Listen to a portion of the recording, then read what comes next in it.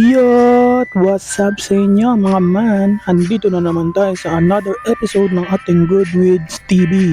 Alright, diba? Ang ganda ng weather natin ngayon. Lomi weather. Sarap kasi kumain ng lomi ngayon eh. Pero hindi yan ang gagawin natin ngayon. Bale, ito muna yung gagawin natin. Hindi muna tayo kakain ng lomi. Bili tayo ng ganito, waterproof na tape. Remedyo yan eh, kasi medyo tumutulo dun sa may bandang kisame namin, tsaka sa alulod. Wala kasi yung waterproofing na na semento, yung nilalagay sa finishing. Basta yun, waterproof na semento yun eh. Ito muna gagawin natin. Tara, balik na tayo sa bahay. Ito yung isa sa favorite ko pag umuulan eh, yung magtampisaw sa baha. Kasi kinukolekta ko yung mga chemicals, bacteria, germs, yan, para matulungan ko yung 1% na hindi natanggal ng safeguard. So yan, start na tayo sa pag-aayos ng bubong. Since yun nga, pansamantagal lang to, papaayos din natin kasi itong buong platform na to, itong buong bubong. Kaya ganyan muna yung ginawa ko, lagyan ko ng trapal. Pero may nakita ako, ito yung nakita ko mga mano, tignan nyo ang lupit, ginawang basurahan yung alulod namin. Kung sino ka man, ang lupit mo boy. Ito 100% sigurado napakalinis ng bahay nyo. Kasi tingnan mo naman, yung alulod namin ang ginawa mong basurahan, di ba? Yung sa inyo malinis, sa amin yung dinudumihan. Tingnan mo yan, upos ng Yossi. Di ba? Yossi. Yossi. Di ba? Yossi. Hindi ako naninigarilyo. What the F? Tingnan mo, ayan Yossi. Di ba? Napaka-cleanliness to goodness mo, man. Grabe ka. Tingnan mo yan nanggigigil na ako dyan, pero syempre mabait ako. Ito lang yung suspect ko dyan eh. Kaya ang bintana na yan, yung mga tao nandyan, kaya doon malabo. Pero dyan yan, yung mga bintana na yan, dalawang yung bintana na yan. Yan lang naman yung suspect dyan eh, di ba?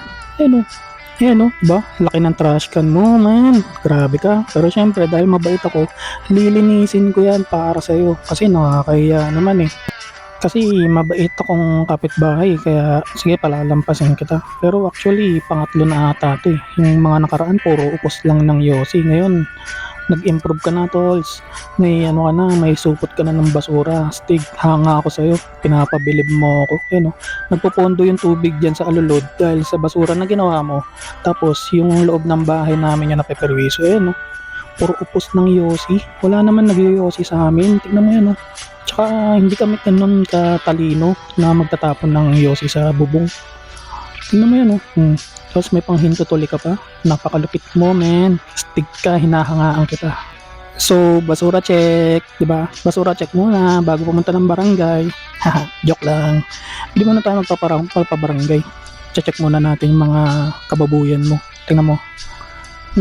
Tingnan natin. Yan. Delata, Century Tuna, favorite ko pa naman to. Tapos ito, yan tubig. Ang tubig. Kaya Sprite, nag-soft drinks ka pa. Nagsito ka pa, hindi ka pa nakontento sa soft drinks at nag-milk tea ka pang wait lang. Ano to, cream cheese? Cream cheese sa tatong nahawakan ko. Cream cheese nga. Then, so ayan pa, nag-soft drinks ka pa ulit. Tapos mo mag-milk tea. Nagsesto ka pa. Tingnan mo. Ang dami niyang iniinom. Kopi ko ka pa. Tingnan, delata. Napaka-healthy ng mga kinakain at iniinom nyo. Diba? Sana huwag kayo magkasakit sa bato. Nag-milk tea ka pa ulit. Diba? Tapos tatapon mo sa alulod. Napakagaling mo. Napakahusay mo. Ito para sa'yo yan. Basahin mo. Yung gitna para sa'yo yan. Tupi mo na lang yung dalawang daliri ko. Basta yung gitna sa'yo. Tatapon ko na yan nakakaya naman eh. So ulitin okay? Ganyan ganyan magtapon ng basura. At nakuha nyo pampabanguin yung mga damit nyo, pero wala kayong respeto sa mga kapitbahay nyo. Ito, bigay natin to sa mga batang nagbabasura para may mapasaya kayo. Pero dahil mabait ako, hindi muna tayo magkikita sa barangay. Bale, follow and share nyo na lang muna to para makita ng kapitbahay namin. Yun lang.